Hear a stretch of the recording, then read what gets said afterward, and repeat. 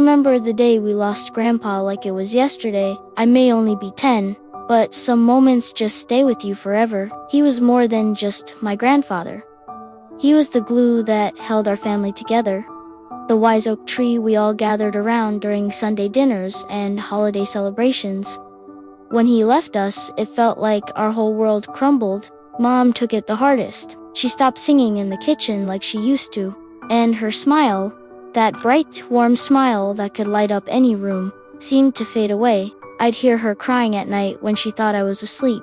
But then something beautiful happened. Our church family stepped in, just like Pastor Johnson always says, bear one another's burdens, and so fulfill the law of Christ. Galatians 6:22. Mrs. Thompson from the choir started bringing us casseroles every Wednesday. Mr. Wilson would mow our lawn without being asked, just like Grandpa used to do. The youth group invited me to join their activities, and for the first time since Grandpa's passing, I found myself laughing again. My Sunday school teacher, Miss Sarah, would sit with me and share stories about how God's love is like a warm blanket that wraps around us when we're hurting. Mom started attending the grief support group at church. I remember the first time she came home from a meeting.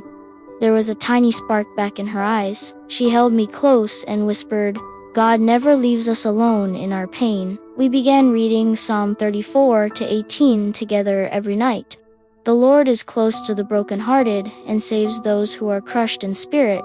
Slowly, like spring after a long winter, our family began to heal. We started having Sunday dinners again, this time with church members joining us. Sometimes we'd share funny stories about Grandpa, and instead of just crying, we'd find ourselves laughing too. Now, when I look at Grandpa's empty chair, it still hurts, but it's different. I can feel his love, God's love, and our church family's love, all wrapped together. Mom says Grandpa's watching us from heaven, probably smiling at how our church family has become our second family. I may be young, but I've learned something important.